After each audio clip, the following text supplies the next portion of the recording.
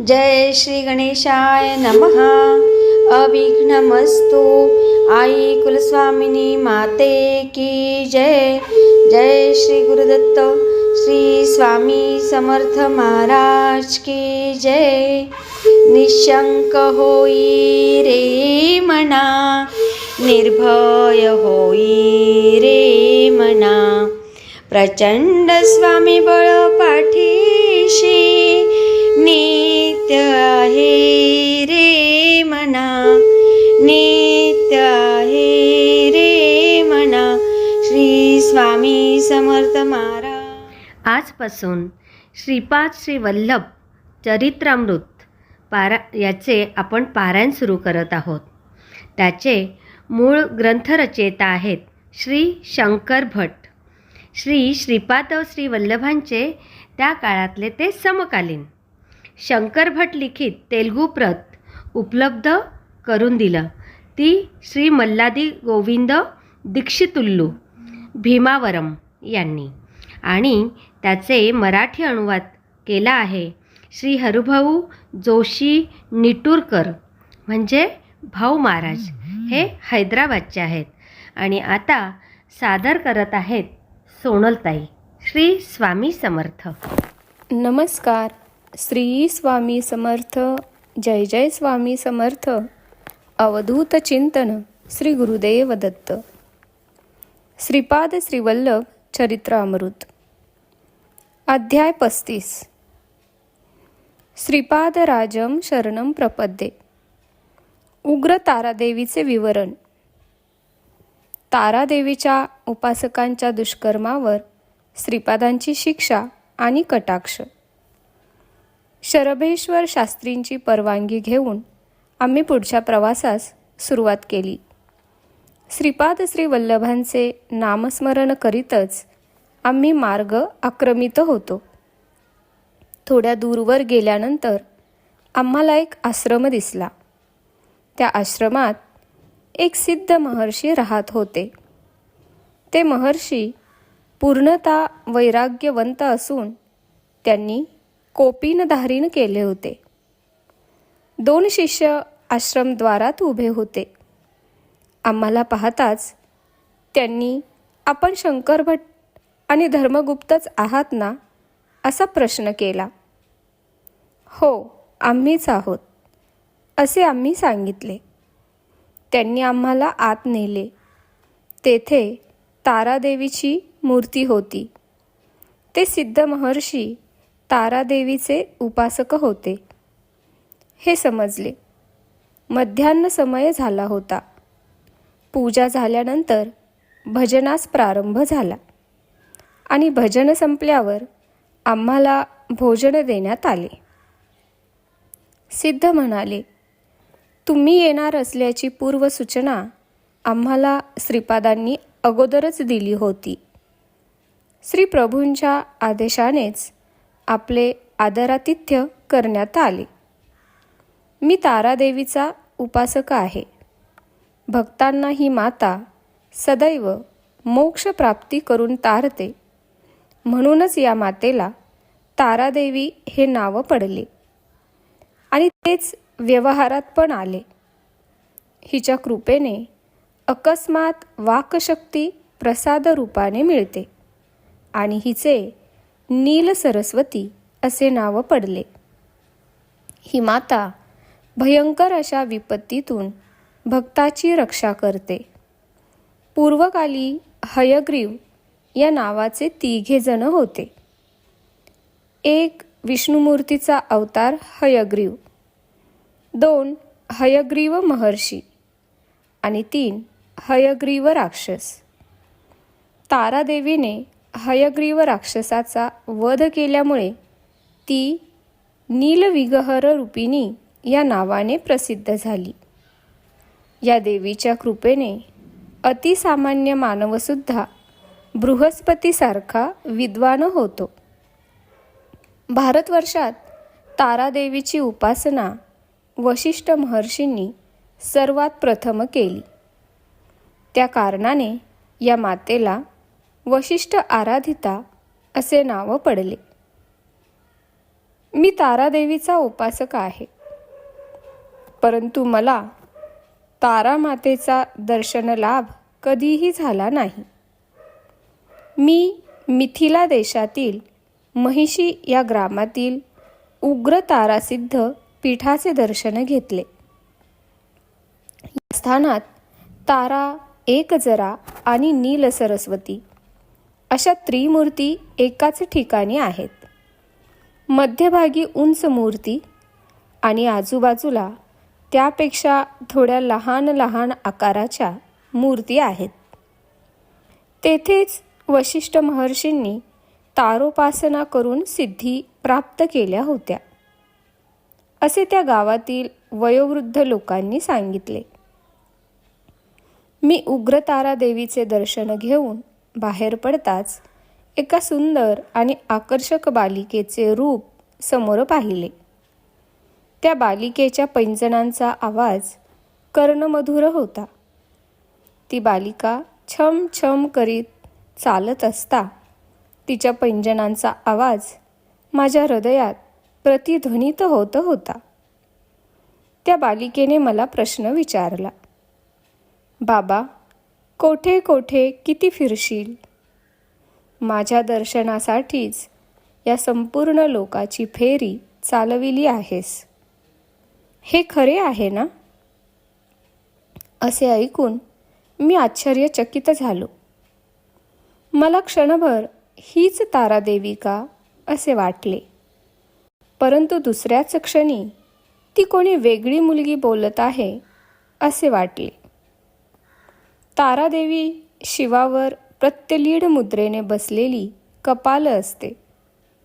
ती नीलवर्णी त्रिनेत्री असून तिच्या हातात कात्री, कपाल, कमळ आणि खड्ग असते.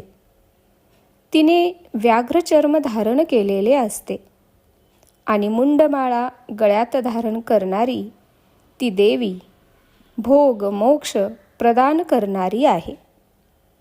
या मंगलमयी देवीचे खरे रूप असे आहे. मी आत्ता पाहिलेले 12-13 वर्षांच्या सुंदर बालिकेचे मुग्धमोहक रूप आहे. त्यामुळे मी आश्चर्यजनक स्थितीतच असल्याने काही बोलू शकलो नाही. तेवढ्यातच त्या बालिकेचे शरीर तेजोभरीत अत्यंत तेजस्वी होत होत एकदम तिने मुलाचा आकार घेतला. त्या बालकाचे नेत्र योग्यांच्या नेत्रासारखे अत्यंत दयाद्र आणि शांत होते. त्याचा रंग सुवर्णकांती समान होता. ते स्वरूप अत्यंत दिव्य आणि तेजोमय होते. त्या बालकाच्या दोन्ही पायात पैंजण होते. माझ्या पायातील हे पैंजण अत्यंत घट्ट झाले आहेत. ते तू काढू शकतोस का? असे बालकाने मला विचारले. मी त्याला होकार दिला आणि हळुवारपणे त्याच्या पायातील ते दिव्य पैंजण काढले. तेव्हा तो बालक म्हणाला, हे दोन्ही पैंजण तू तुझ्या जवळच ठेव. त्यांच्यात जीवशक्ती आहे. तू कोठे जावे, काय खावे, कोणाशी बोलावे या सर्व गोष्टींचा निर्णय हे पैंजणच घेतील. असे सांगून तो बालक अंतर्धान पावला. मी कालीघाटमध्ये कालिका मातेचे दर्शन घेऊन दक्षिणेस गेलो. पुरी या महाक्षेत्राचे दर्शन घेतले. दक्षिणेतील सिंहासन क्षेत्राचे दर्शन घेतले. माझ्या पूर्वसुकृतानेच पादगया क्षेत्र असलेल्या श्रीपीठिकापुरात मी पोहोचलो. तेथे श्री कुकुटेश्वर स्वामींचे दर्शन घेतले. स्वयंभू दत्तात्रेयांचे दर्शन घेतले. स्वयंभू दत्तमूर्तीजवळ एक सापाचे वारुळ होते. त्या बिळात एक देवता सर्प होता. मी दत्ताचे दर्शन घेतल्यावर त्या सर्पाने सुद्धा मला दर्शन दिले. त्या सर्पाच्या दर्शनानेच माझ्यातील कुंडलिनी जागृत झाली. माझे शरीर माझ्या स्वाधीन नव्हते. मी वेड्यासारखा इकडे तिकडे फिरत तारामातेचा मोठ्या आवाजात नामघोष करीत होतो. मी योगायोगानेच नरसिंह शर्मा या नावाच्या क्षत्रिय जमीनदाराच्या घरासमोर आलो. महिषी या ग्रामात पाहिलेले बालिकेचे रूप पुन्हा माझ्या नजरेसमोर आले. परंतु ती बालिका थोड्याच वेळात बालकाच्या रूपात रूपांतरित झाली. मला दर्शन दिलेला तोच तेजोमय दिव्य बालक माझ्या डोळ्यासमोरच होता. श्रीवर्माच्या घरी एक निराळाच टांगा होता. त्या दिव्य बालकाला त्या टांग्यात बसवून आपल्या मातेच्या घरी जायचे होते. श्रीवर्मांनी एका सेवकाची व्यवस्था केली. तो तेथे हजर झाला. त्या बालकाने त्या सेवकाला सुद्धा टांग्यात बसवले आणि मला त्या टांग्यास ओढण्यास सांगितले. मी नाही ओढत म्हणालो. तू जर नाही ओढलेस तर तुझे कातडे काढून त्याचे पादत्राण करून घालील. मी तर सांभारच आहे. कातडे काढून चप्पल शिवणे ही माझी कुलवृत्तीच आहे. तुझ्यासारख्या जनावराचे कातडे म्हशीच्या किंवा गायीच्या कातड्यापेक्षा श्रेष्ठ असते, असे तो बालक म्हणाला. मी इच्छा नसताना ती गाडी ओढण्याचे स्वीकारले. त्या बालकाच्या हातात एक छडी होती. त्या गाडीला ओढण्यासाठी मला फार श्रम पडत होते.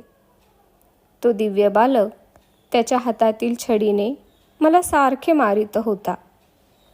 त्या दोघांचेच वजन 20 माणसांच्या बरोबरीचे होते.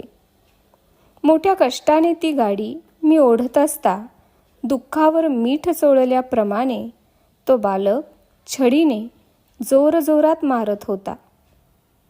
माझ्या पाठीतून रक्तधारा वाहू लागल्या आणि दुःखाचा भार वाहतच मी ती गाडी त्या बालकाच्या मातागृहापर्यंत आणून कशीबशी पोहोचवली.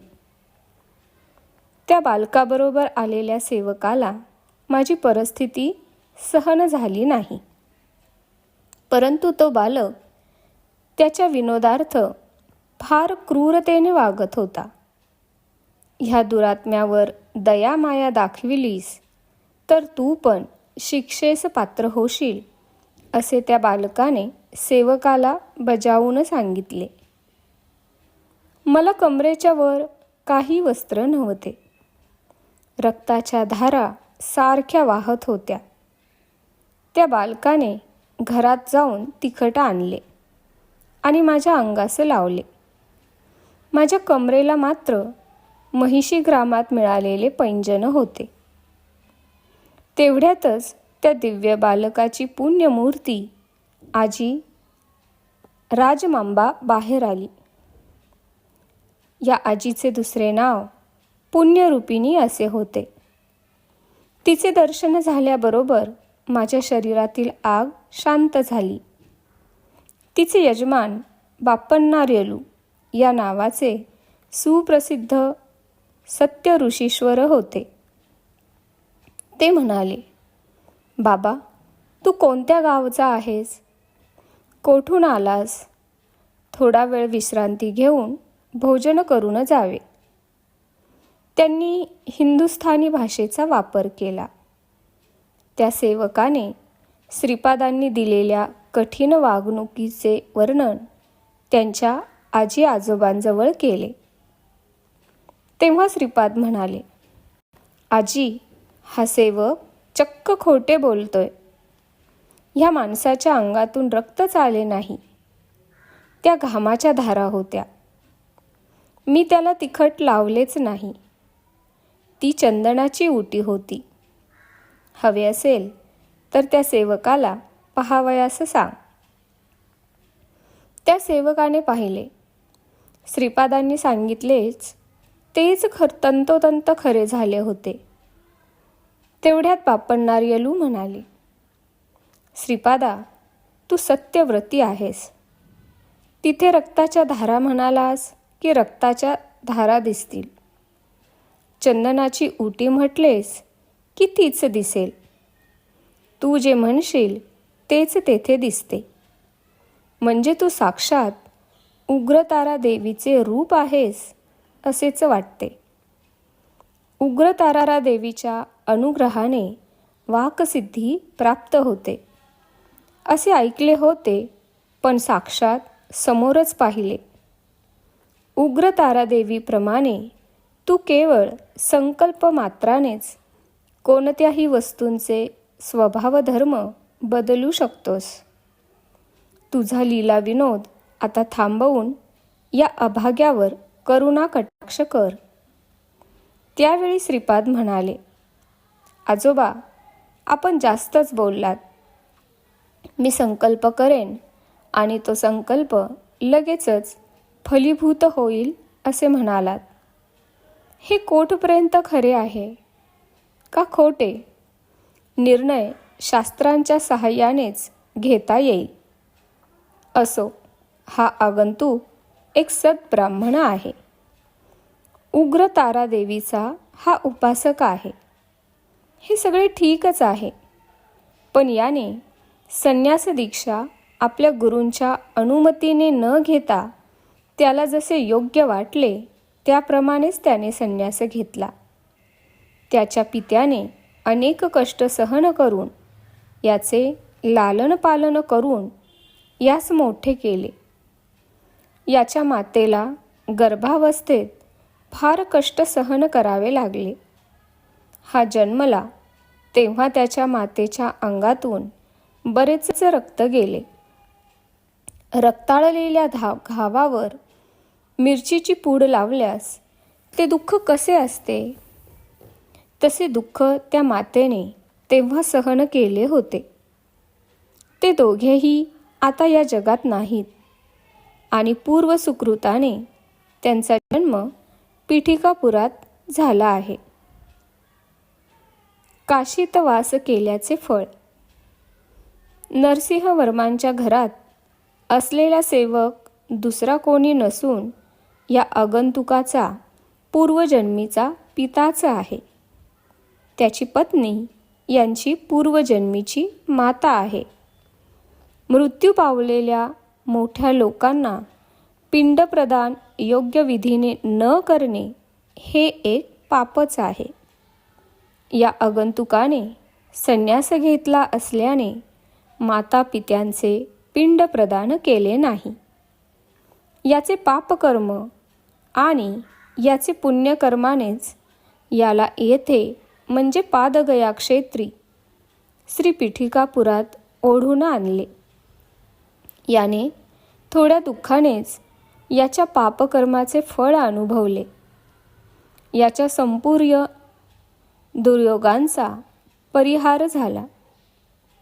शिशु 9 महिने मातेच्या गर्भात असतो, तसेच काशी क्षेत्रात 9 महिने 9 दिवस आणि 9 घटिका राहिल्यास तो मनुष्य पितृशापातून मुक्त होतो. श्री पीठिकापुरम हे काशी क्षेत्रा समान आहे. या आगंतुकाने त्याच्या पूर्वजन्मीच्या मात्यापित्यांची सेवा केल्यास हा पितृदेवतांच्या शापातून मुक्त होईल. एवढे बोलून श्रीपाद प्रभू मौन झाले. श्री प्रभूंच्या आदेशानुसार माझ्या गतजन्मीच्या मातापित्यांची सेवा मी केली. त्यांचा आशीर्वाद मिळाला. त्यांच्याकडून मिळालेले पैंजण देवघरात सुरक्षित ठेवले. मला उग्रतारा देवीच्या अनुग्रहाने सिद्धी प्राप्त झाली. माझ्या तंत्रशक्तीच्या बळावर मी लोकांचे दुःख, आजार यांचा परिहार करू लागलो. आपण इकडे येण्यापूर्वी श्रीपाद श्री वल्लभांनी मला दृष्टांत दिला. ते म्हणाले, शंकर भट आणि धर्मगुप्त असे 2 यात्री या मार्गाने येथे येतील. त्यांचे योग्य आदरातिथ्य करून त्यांची येथे राहण्याची सोयसुद्धा करावी. तसेच माझे पैंजण त्यांना बक्षीस म्हणून द्यावे. श्रीपाद श्री वल्लभांचा जय जयकार असो. अशा रीतीने अध्याय 35 समाप्त. श्री स्वामी समर्थ. जय जय स्वामी समर्थ. अवधूत चिंतन. श्री गुरुदेव दत्त. धन्यवाद. ते मला कमेंटमध्ये नक्की सांगा. आणि व्हिडिओ आवडला असेल तर लाईक, शेअर आणि सबस्क्राईब करायला विसरू नका. आणि हो, तुमचेही असेच काही अनुभव असतील तर ह्या दिलेल्या नंबरवर रात्री 9 ते 10 ह्या वेळेमध्ये तुम्ही शेअर करू शकता. श्री स्वामी समर्थ. श्री स्वामी समर्थ.